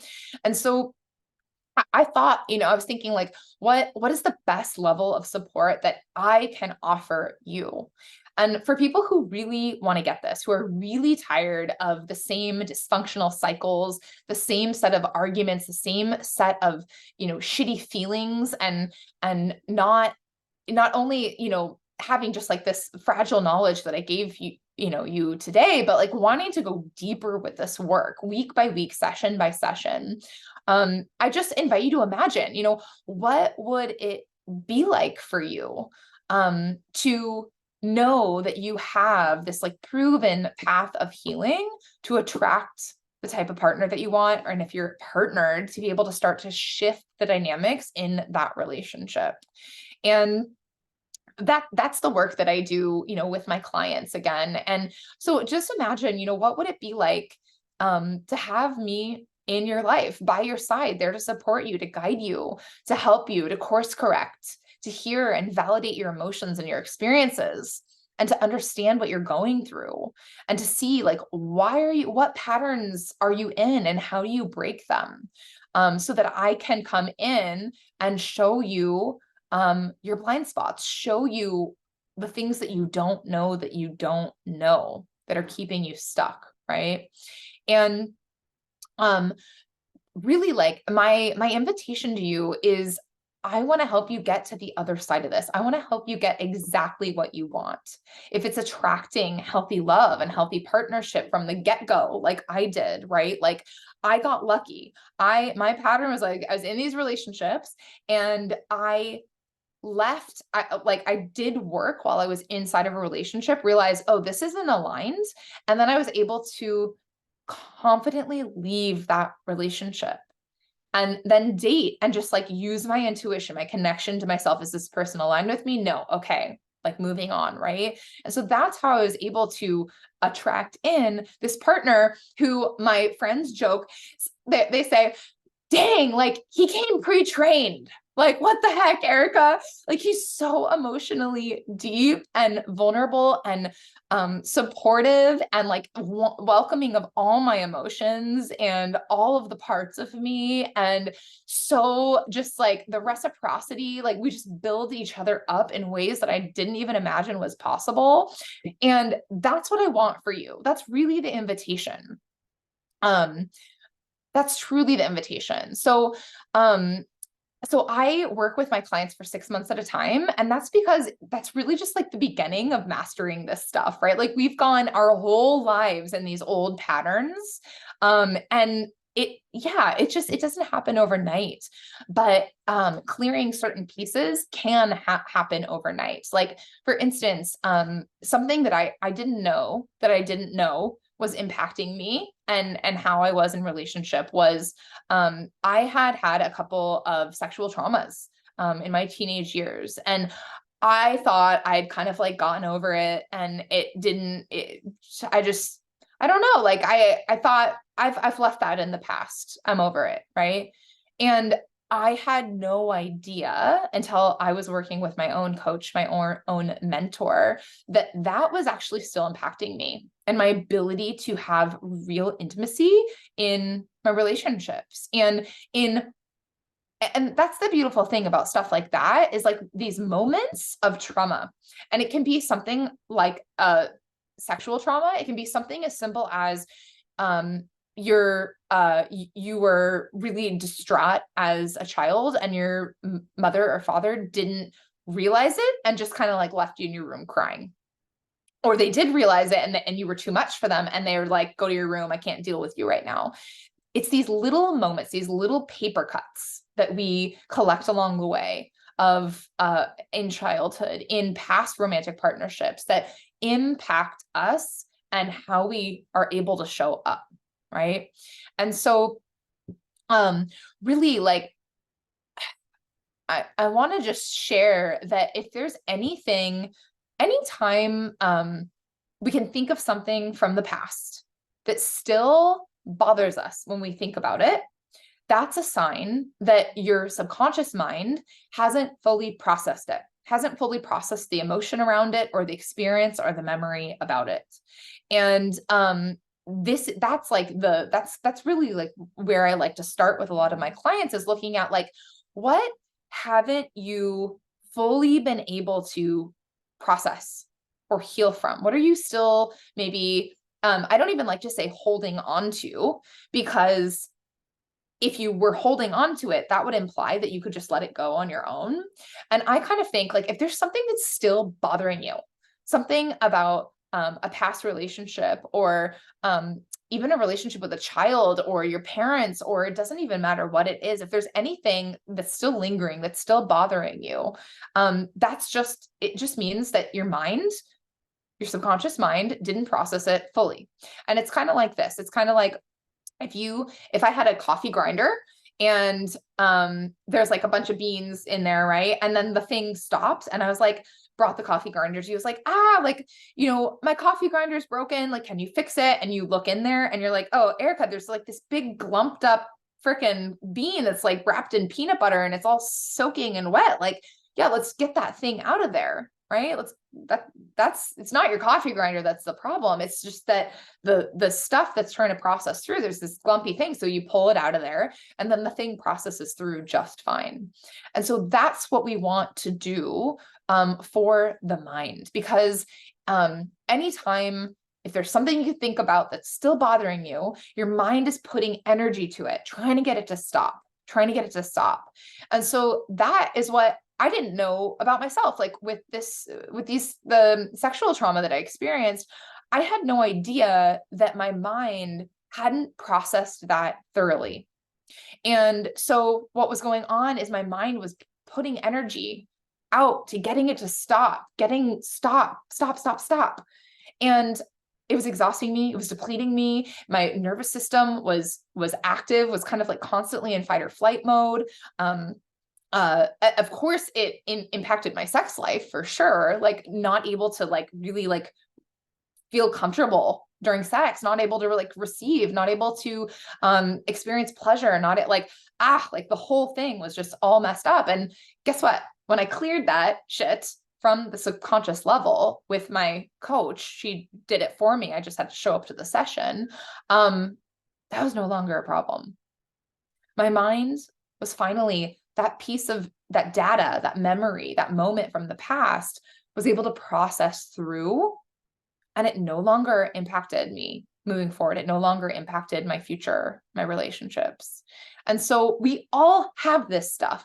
We don't get out of this life without bits of information, bits of data, memories not processing through fully. Happens to all of us. And so what we want to do is pinpoint what's there at the unconscious level. What are we not seeing that's still impacting us? So yeah, that's the beautiful thing. And I want to share what I'm seeing in the comments here. I wasn't allowed to cry, and I'm still learning how to open up to not just my partner, but in all relationships. Yes. So coming back to, yeah, just like this childhood stuff, right? Like so many parents, because they don't know how to regulate their nervous systems when their kids are crying or upset, it's like, just make it stop. Like, no, like I can't handle any of your emotions because I can't even handle my emotions, right? That's very common for parents. And also in here, I hadn't realized this was the cause until I started my healing journey, and I still struggle with this, but I don't blame my parents and give myself that space to feel strong emotions, still in the process. Yes, totally. Yeah. So our parents, of course, did the very best that they could, with the tools that they have, right? And they were just literally like, doing what they learned from their childhood, how their parents learned to parent, right? So yeah, it's never it's normal to go through anger once you start doing this work of like, like all this stuff that happened in my childhood. That's totally normal. And realizing like, oh wow, like I have so much compassion for my parents. They did not have any access to this work. They were literally just doing their best trying to survive. Okay, so yeah, and so really I want to invite you to, if you think, if any of this is rung a bell with you, if you think that this would be useful, this work would be helpful, I want to invite you to book a private one-on-one call with me. And just to get to know, just to see like, could this be helpful? Could this work be useful? And really it's about community and connection. And like, we get wounded and hurt in relationships, and we can heal in relationships. And it doesn't have to be a romantic partner, right? So even connection with anyone who has a secure attachment style, anyone who's like in that secure, grounded place, that is a way to regulate your nervous system, right? And so, yeah, how I work with my clients is we meet once a week, every single week for 24 weeks. And you also get access to me through Voxer support, which is kind of cool. So that means you don't have to wait in between sessions. Like something comes up and you're like, oh my God, what do I do about this? Or, oh my gosh, I just realized this, how can I integrate this? Or I'm feeling this big emotion. Like, what do I do about it? You don't have to wait. You can message me on Voxer and I connect with you that way. And so I just want you to imagine, I invite you to imagine, like, what would it be like to have your own private call with me, that I will record for you to watch back to get more and more insight and more awareness, and just keeping all this information at the forefront of your mind. So yeah, I find that when my clients are doing this work with me too, there can be a lot of crying and a lot of releasing in such a beautiful way. And your body, I always say that your body knows exactly what it needs to heal, and your body will just express emotion. And so even just noticing, like after this call, like just notice how your body is feeling. Notice what came up in you. Notice any ahas that happened. Um, uh, just creating that awareness, like observing your mind. Like a big part of this is being able to observe your mind, observe your thoughts, and create a little bit of separation between you and your thoughts, feelings, actions, behaviors, patterns, because you are not your patterns. You are not your behaviors. You're not your thoughts. You're not your emotions. You are the awareness that can observe all that. And that, knowing that, is power, right? So this work is like, it's about taking your life back. It really is. It's about moving out of reactivity, moving out of patterns, moving out of all the unconscious stuff, dysfunction, trigger, all of that, and moving into a whole new world, a whole new way of relating to yourself and to others. It's like literally, I don't know if you know about the emotional guidance scale, but it's literally moving from down here, moving up, up, up into joy and gratitude and appreciation and love, moving upward into that frequency. Down here, we've got like fear and resentment and hurt and all that jazz, right? And we want to like elevate and lift you up so that your light can shine bright in the world, so that you can feel that like radiant magnetic energy that is the truth of who you are, and others will be able to see it too. And that's what attracts in that aligned partner, right? And so, yeah, so if at all you're like, yeah, Erica, some of what you said is like kind of interesting. Like, I'd like to know more. I'd like to connect more. I invite you to go to either one of my social media accounts, and you can find me at The Right Erica. It's my last name, WRIGHTERICA. And the link in my bio will take you to booking a totally complimentary call with me. And on that call, you get my undivided attention on you, on your life, on your goals, on your dreams, on your nervous system, on whatever it is that you're up against, whatever it is that you're looking toward. And we'll just have a chat and just to see if this work could be helpful, just to see any more details, and you can ask any questions, anything. I'm really just there to support you in any way possible. And so I invite you right now just to, let's just pause, and wherever you're sitting, I just invite you to like take a moment, and let me see if I can close this out.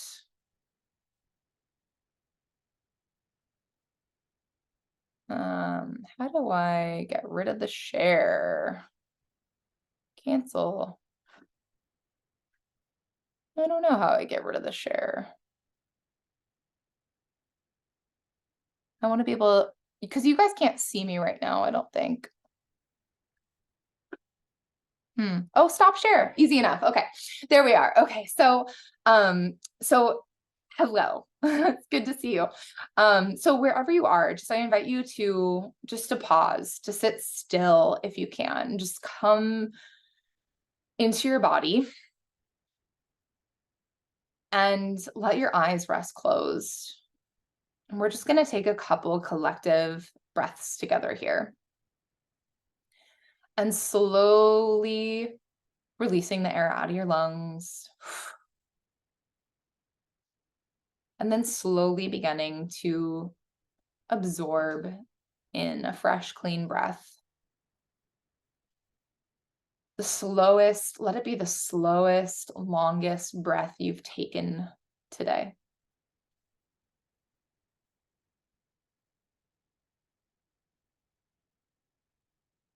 And just allowing a few breaths like this to move in and out of your lungs.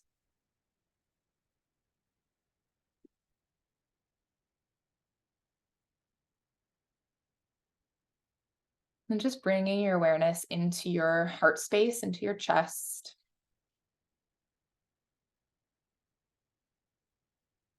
And noticing any sensation you feel here.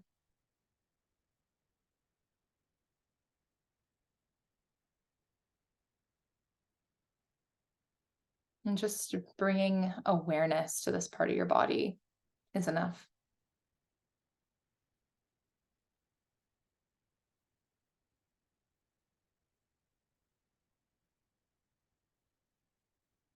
And I'm just going to say a few sentence stems. And your job is just to finish the sentence, whatever comes to mind first. Just trust whatever's there. And maybe even putting your hand over your heart or your stomach, just so you're connected into your body, into yourself.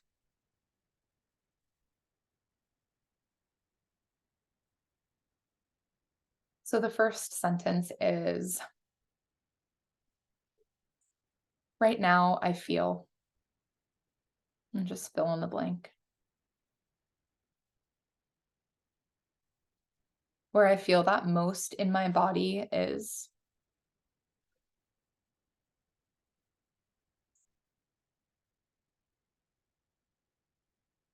and just put your hand over the part of your body wherever you feel that emotion the most.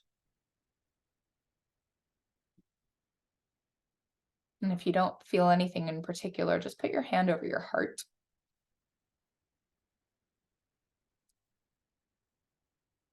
And if this part of your body could speak, what would it say?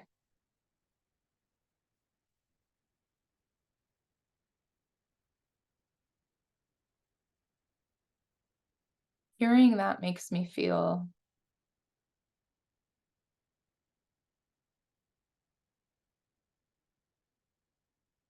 something I need to remember is,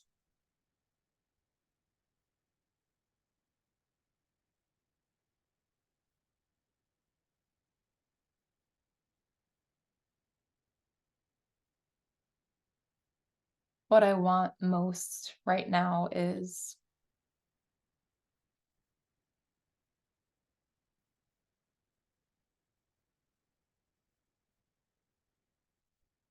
one way I can give myself what I want and need is.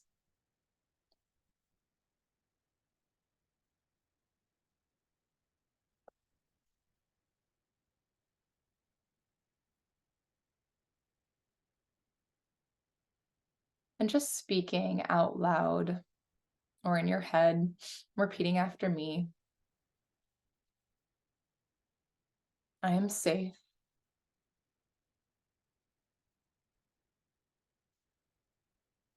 It's safe to be in this body. This is my body.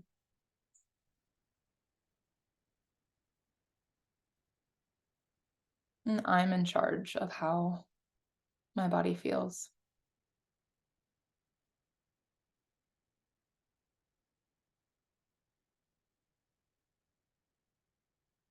It's safe to trust.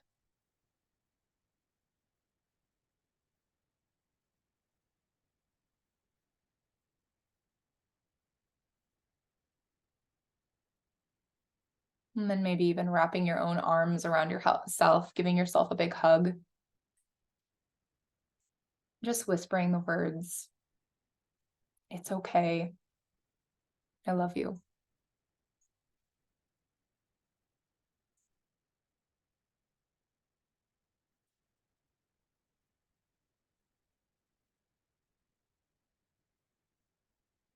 And just letting yourself rest into this feeling for another few moments.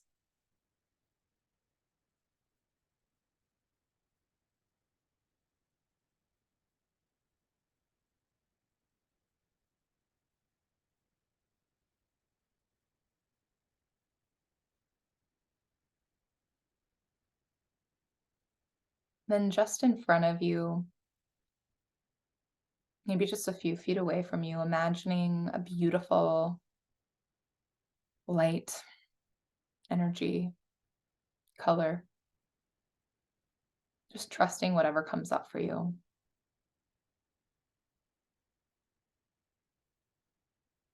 Just seeing what color that energy or that light is. Maybe pink, maybe blue, or purple, or white.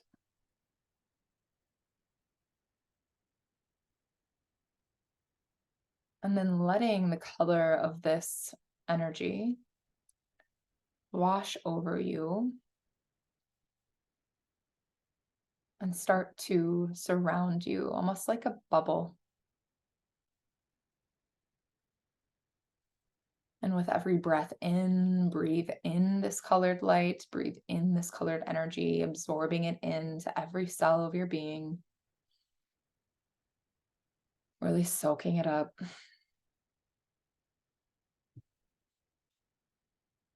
And letting this light, this color represent safety, protection, love, connectedness, oneness.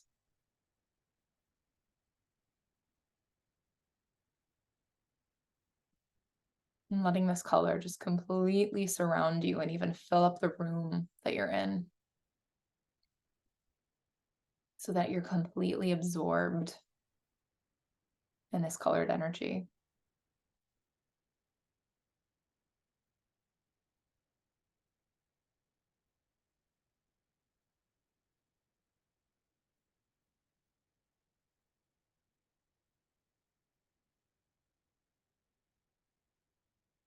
And take another deep breath in.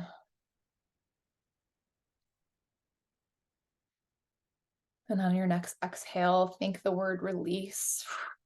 And imagine anything that no longer serves you is just washing away, melting away. You're breathing it out.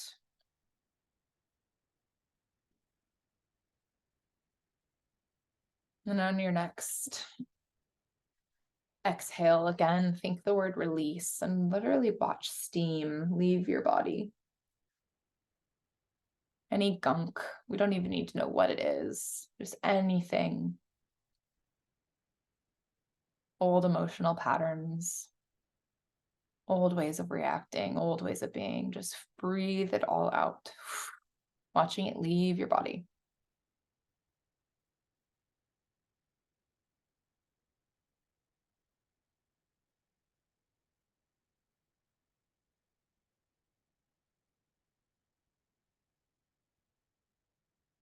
And letting your breath return to normal.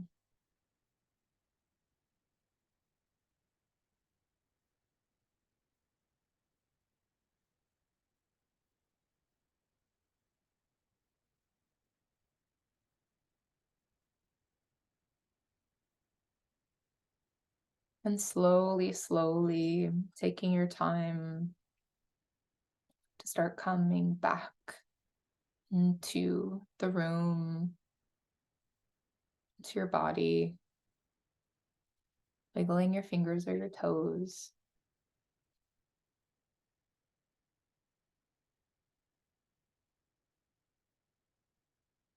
Taking your time, there's no rush.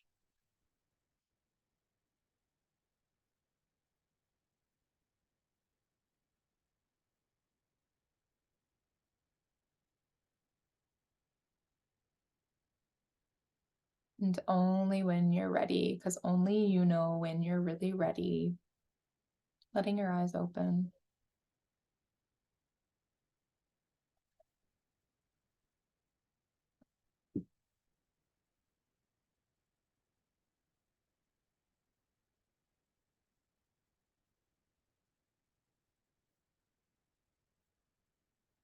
And I want to give you the space and the opportunity to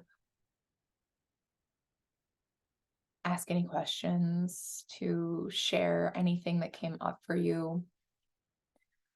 If you're feeling called to share, you can do so by sharing in the chat. You can also raise a hand. You can just unmute yourself and ask anything that's there for you.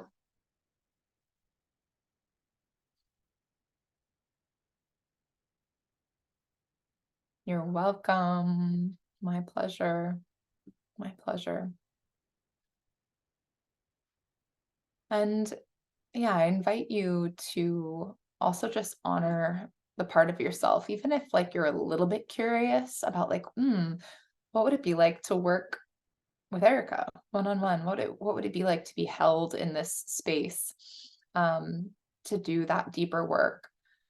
I invite you to just hop on a call, um, just to see, just to chat, just to connect, even if it's just to connect and be curious, um, just to see what there is there for you and how this can make a difference in your life.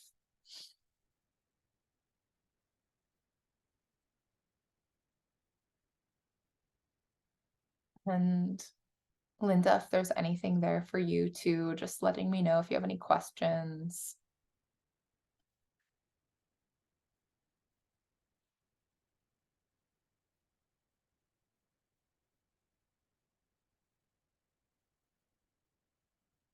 And you can always reach out to me too on TikTok or Instagram, or shoot me an email.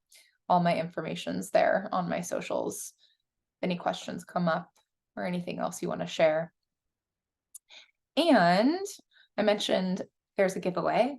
So yeah, if you if you'd like to share this on your socials, just that this masterclass exists, or even just tagging me in any way, sharing the love with others, I will send over my How to Have Difficult Conversations guide. And I actually also just created a Mastering Emotions subconscious reprogramming audio.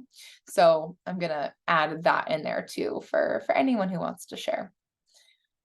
It's been such a pleasure to be able to share this work, this insight with you guys today, and I look forward to connecting with you very soon. There will be more masterclasses to come, so I hope to see you at future events. And yeah, just email me or DM me if any questions come up, or if you want to chat, like book a consultation call. I'd love to just connect with you and go deeper on anything that you had questions on. So okay, well, I am going to let you guys go back into your lives there. And it was just so amazing to connect here today. And thank you so much for your time and for being a part of the class today. And I look forward to connecting with you soon. Bye.